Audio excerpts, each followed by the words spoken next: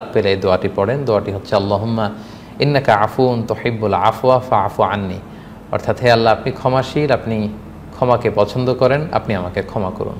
আমরা যেন এই দোয়াটি বেশি বেশি পড়ি। আপনার আবেগ, ভালোবাসা, মনের মাধুরী মিশিয়ে, চোখের পানি মিশিয়ে, অশ্রুসিক্ত করে এই দোয়াটা করতে হবে, তাহলে সে দোয়া আল্লাহর কাছে কবুল হবে। আমরা যেন আমাদের ভাব, আবেগ সব ঢেলে দিতে পারি আমাদের দোয়াতে, আমাদের সেজদায়, আমাদের কিয়ামুল লাইলে, এবং যে কোনো ভাষায়। পৌরাণিক দোয়াগুলো রেকমেন্ডেড, হাদিসের মাসুরগুলো রেকমেন্ডেড।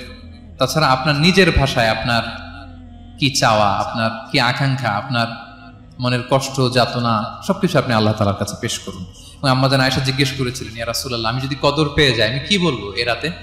মা আদউ, কি দোয়া করব? রাসূল সাল্লাল্লাহু আলাইহি ওয়াসাল্লাম বললেন, তাকুলিন, আয়েশা তুমি বলবে আল্লাহুম্মা ইন্নাকা আফুন তুহিব্বুল আফওয়া ফাআফু আন্নি। আয়েশা তুমি যদি কদরের রাত পেয়ে যাও এটা বলবে, হে আল্লাহ আপনি ক্ষমাশীল, আল্লাহ আপনি ক্ষমাকে পছন্দ করেন, আল্লাহ তাই আপনি আমায় ক্ষমা করেন। হে আল্লাহ আপনি ক্ষমাশীল, আপনি ক্ষমাকে পছন্দ করেন, আল্লাহ আপনি আমাকে ক্ষমা করেন। এই দোয়াটা আমরা যেন বেশি বেশি করি। আমার সাথে সাথে সবাই একটু পড়ুন মেহেরবানি করে। আল্লাহুম্মা ইন্নাকা আফুন তুহিব্বুল আফওয়া ফাআফু আন্নি।